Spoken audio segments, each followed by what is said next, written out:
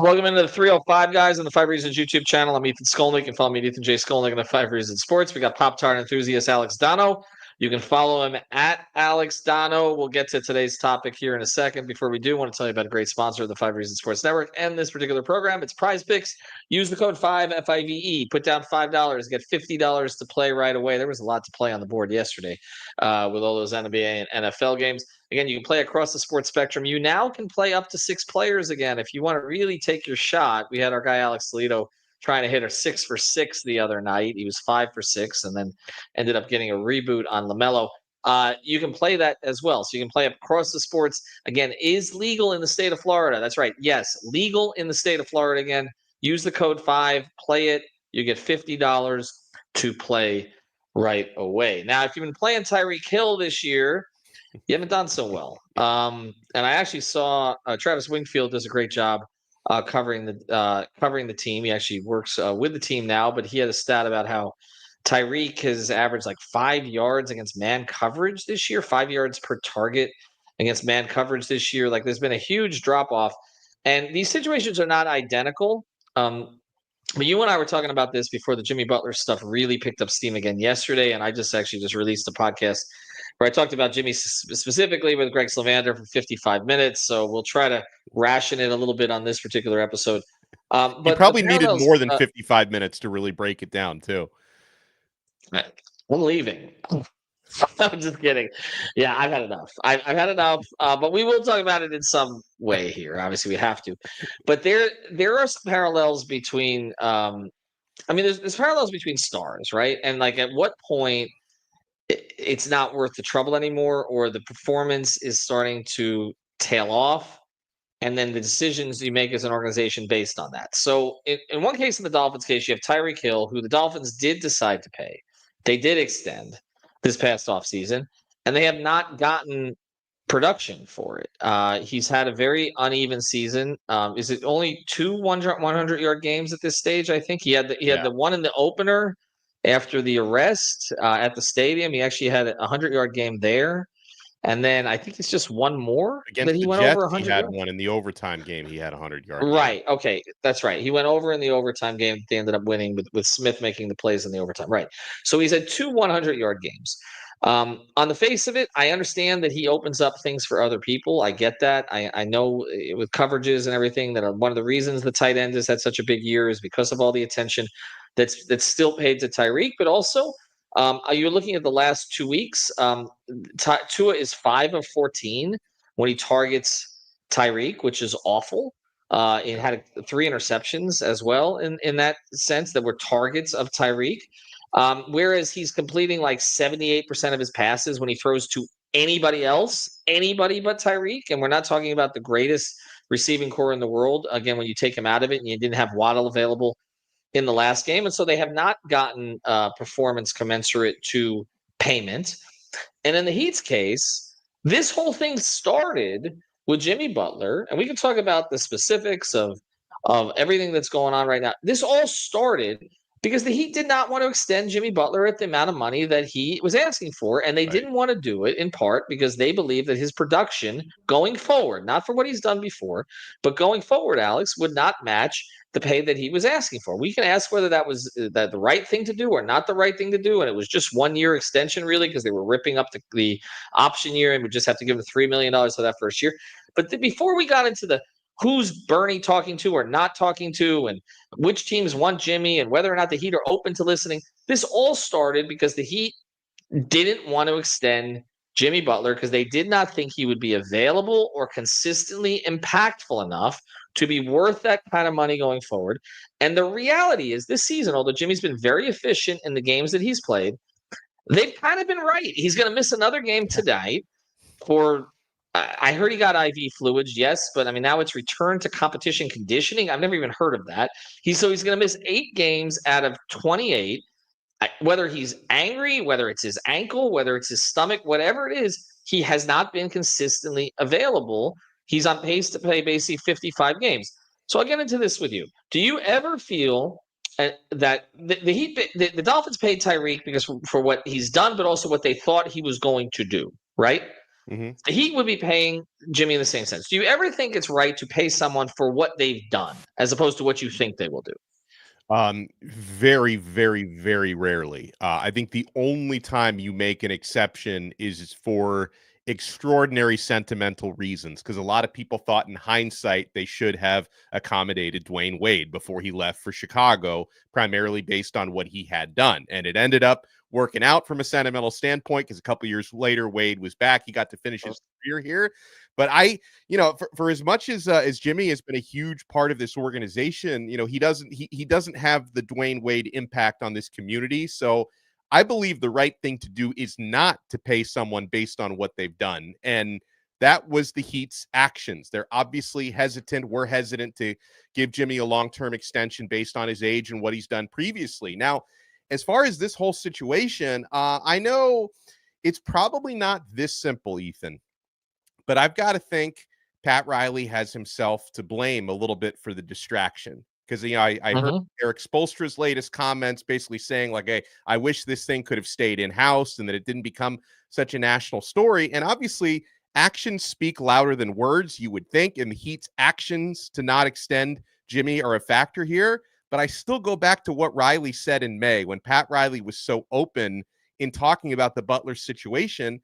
That put a big time microscope on this story. And I think the fact, and I don't even know if Pat regrets saying that or not, but if we're looking at why this has become such a big talking point and such a big distraction, I've got to think what Pat said about it had a lot to do with it, with him being so open in May, because everyone was talking about those comments about Jimmy afterwards, and they're still talking about him now, 7-8 months later. Right. Well, you're right, and the comments didn't go over well, and it's similar to what happened with LeBron in the sense that, if you remember, Pat said, you don't walk out that open door. If you have the guts, you'll stay. All the things that he said. Now, looking back at it, what I know now, what I knew to some degree then, but what I know now is that LeBron was gone anyway. Okay, but it did provide a convenient excuse to leave, because I know that the people around him were not happy about it.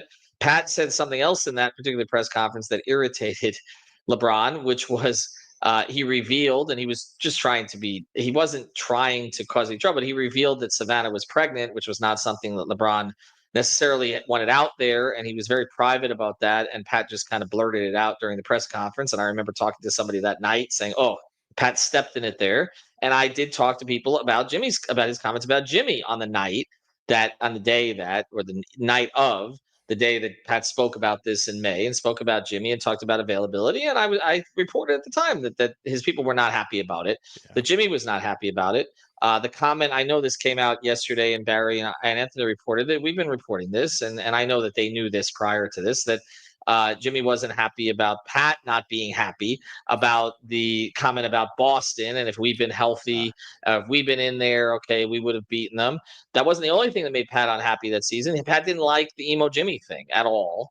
Okay, so there were other things, and then the availability part. So this tension has existed. Okay, and that's why I have continued to say that this is not really new. We're just advancing it to kind of. The national media has been advancing it to kind of where we've been all along. And now because the national media is pushing it, and because, again, the players in the locker room are not listening necessarily to Five on the Floor, but they are watching First Take.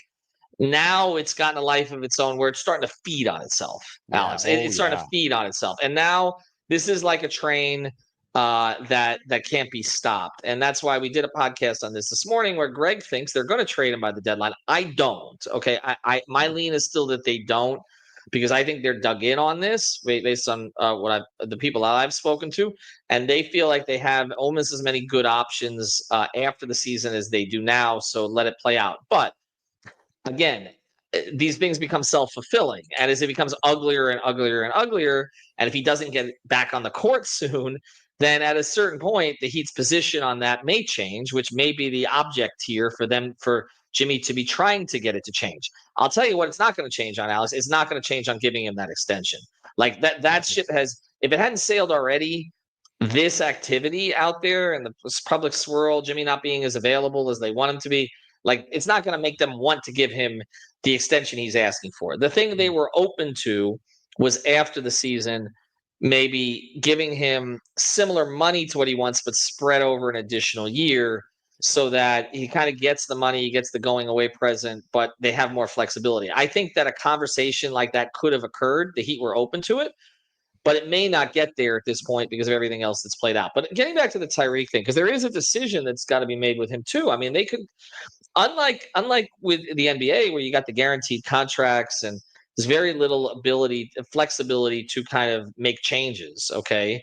Um, and again, the Heat would have to right now kind of take what's available on the market, which doesn't seem to be a whole lot of really interesting offers that would be out there. They haven't gotten an offer yet. Okay. But whatever offer there might be, or Jimmy has very little options to kind of go into cap space at the end of the season unless he asks the Heat to help him with a sign and trade. In the NFL, there are more options. Like Miami could take certain cap hits if they cut Tyreek loose. He can't just cut Jimmy loose and get the money. Do you think with Tyreek um, that he's a negative asset to the organization at his number at this point? Because to me, that's the question. Do you cut him loose and take dead money, take a cap hit to get rid of a player who has been an electric player for you at during his Dolphins tenure, but has frankly not been real good lately?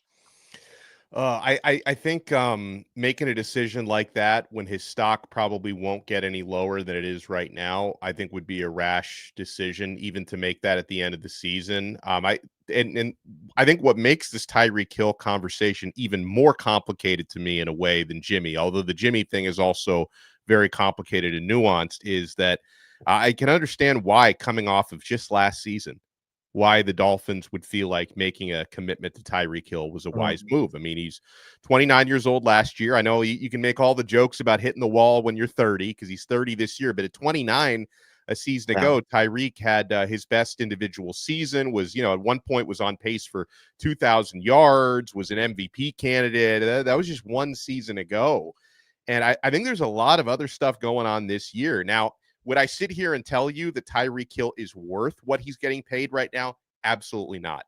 But when you ask me, is it worth the net negative of cutting him loose? I don't think so either. I think that you give him an opportunity to bounce back, Ethan, because, there is some stuff he's been dealing with this year, and I'm not making excuses for the guy, but, we all know his quarterback missed several weeks and several opportunities for them to keep getting reps together and getting rhythm.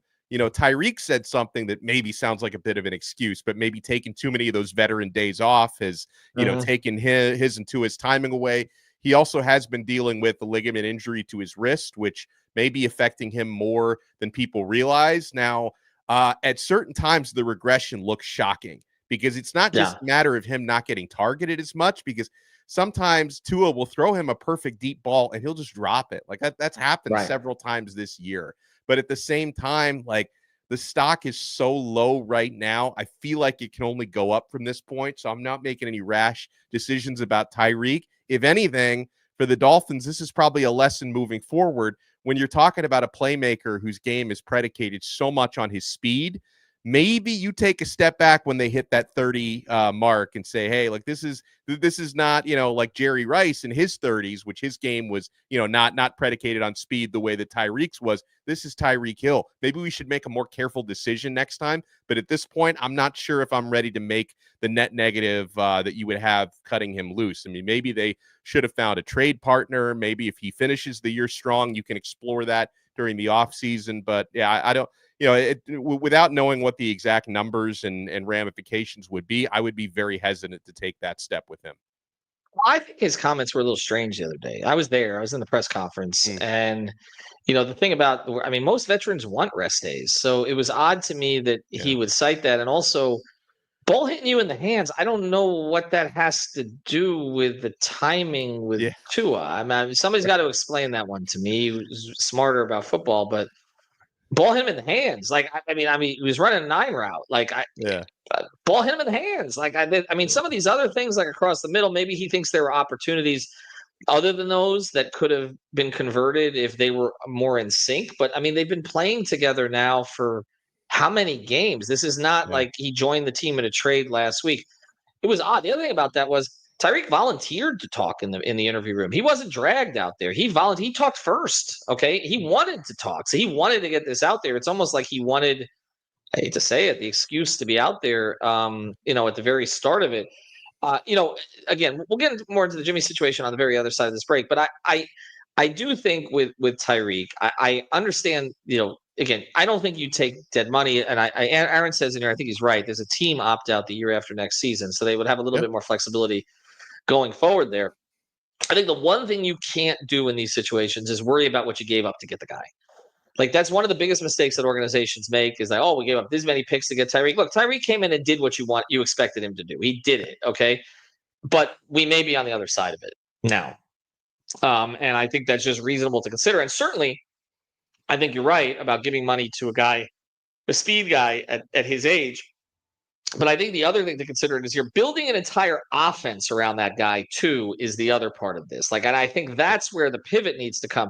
I think Tyreek can probably still be very effective as a speed threat that opens things up for the running game. But I think they need to put more focus on the actual running game then. Okay, go upgrade the offensive line. That will also upgrading the offensive line will allow Tua more time to be able to find Tyreek or Tyreek to flash open if he's not able to have the quick twitch at the line of scrimmage anymore to do it consistently. I think that's one thing to look at. The bigger issue with me with Tyreek is just the hands at this point, because he had good hands before, and it hasn't looked like it a lot of the time this year. All right, we do want to talk about a great sponsor of the 5 Reasons Sports Better. Put yourself in their hands. If you have an issue with your wheels in your car, they're important, and you want them to look good too. So reach out to You Break Wheel Fix. Again, it's You Break Wheel Fix on Instagram or youbreakwheelfix.com. That's with a U at the start. You can see here on YouTube all the work that they do, all the kinds of cars. They'll do any kind of car there. You mentioned 5 Reasons, you get 5.5% off your next order. Mark and his team, they've moved to a bigger shop to accommodate all of the people who want to get their wheels done there. Again, we know the streets of South Florida can be unforgiving, but also sometimes you just want them to look nice, maybe impress someone. Check it out. You Break Wheel Fix on Instagram, youbreakwheelfix.com. Make sure you mention us to Mark and his team. All right, let's pivot back to the Jimmy part of this now. I'm just curious for your opinion, okay? I don't – what you think is going to happen, what we think is going to happen. Ultimately, this is changing minute to minute. I mean, I'm in the middle of it, and I can't – I've changed a little bit on my thought process of what I think is going to happen, though I think the most likely option is still – they take him until the end of the season, and then if he opts out, again, they deal with it then. And maybe people will be upset if they only get a second round pick or something in a sign and trade. But they also may have some money to work with, not to replace him directly, but to give them more flexibility under the aprons going forward, so they're not as hamstrung as they've been during his era to be able to supplement him. What should they do? That's the question. I'll let you close.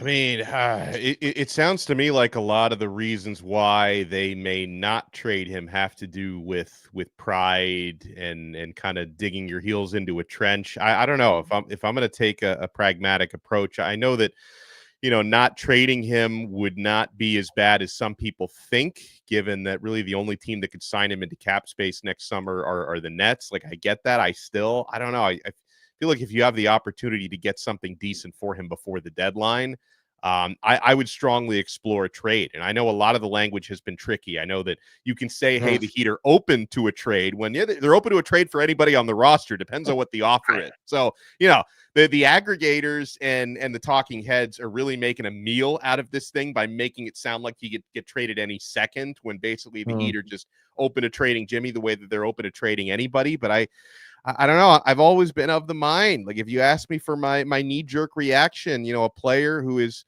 clearly disgruntled and, clearly not available enough on the court, if you may have an opportunity to get something better in return for him in the coming months rather than after the season. And, and I still, I like Jimmy, if you have an opportunity to, maybe deal him to a team that could contend, which seems to be where he wants, then I don't know. I'd like to see him traded before the deadline, by the deadline.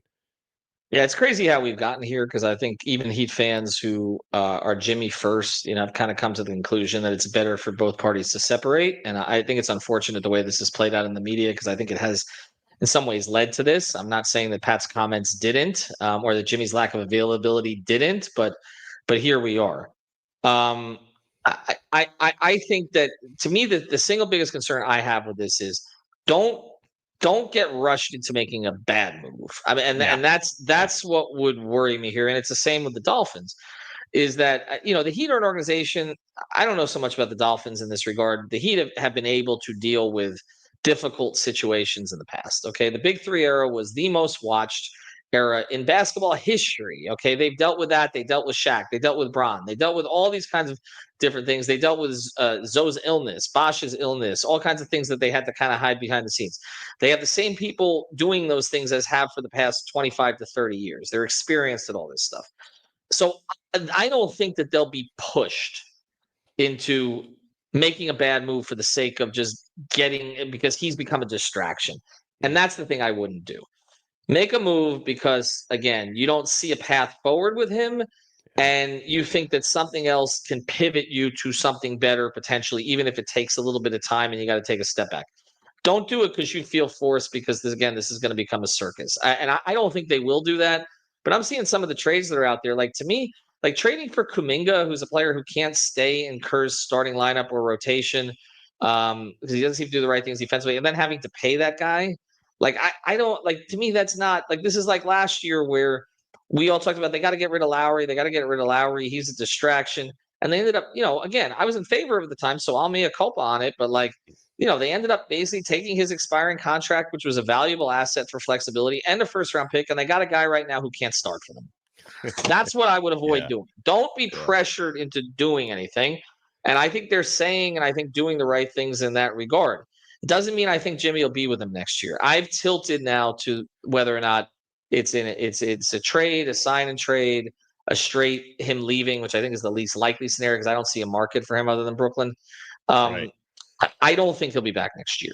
That's my lean. I think the Heat were open to doing this, and like 3 years at 125, maybe. Again, I'm speculating on the number, but I think right now the most likely scenario is this is getting to a beyond repair situation, and it's probably going to be the case that both parties end up moving on. All right, we'll get into some of the ideal trade scenarios. Look, if they get De'Aaron Fox, you go get De'Aaron Fox, but I don't.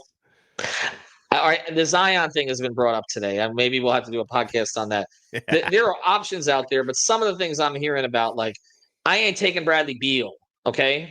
I don't care if he played well yesterday. I'm not taking a worse player at the same money for an additional year because you're throwing in, a 2031 first-round pick? I might not live to see that pick. All right, Alex, we appreciate it. Thanks for coming on. Everybody, we appreciate you checking out our coverage.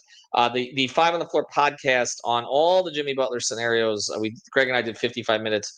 Will be up there shortly. Prize Picks, use the code 5FIVE and say hello to our friend Mark. He's always asking me for the Heat scoop. So tell him to listen to the episodes that he sponsors. No, I'm kidding. He does. You Break, We'll Fix. YouBreakWe'llFix.com. Check it out.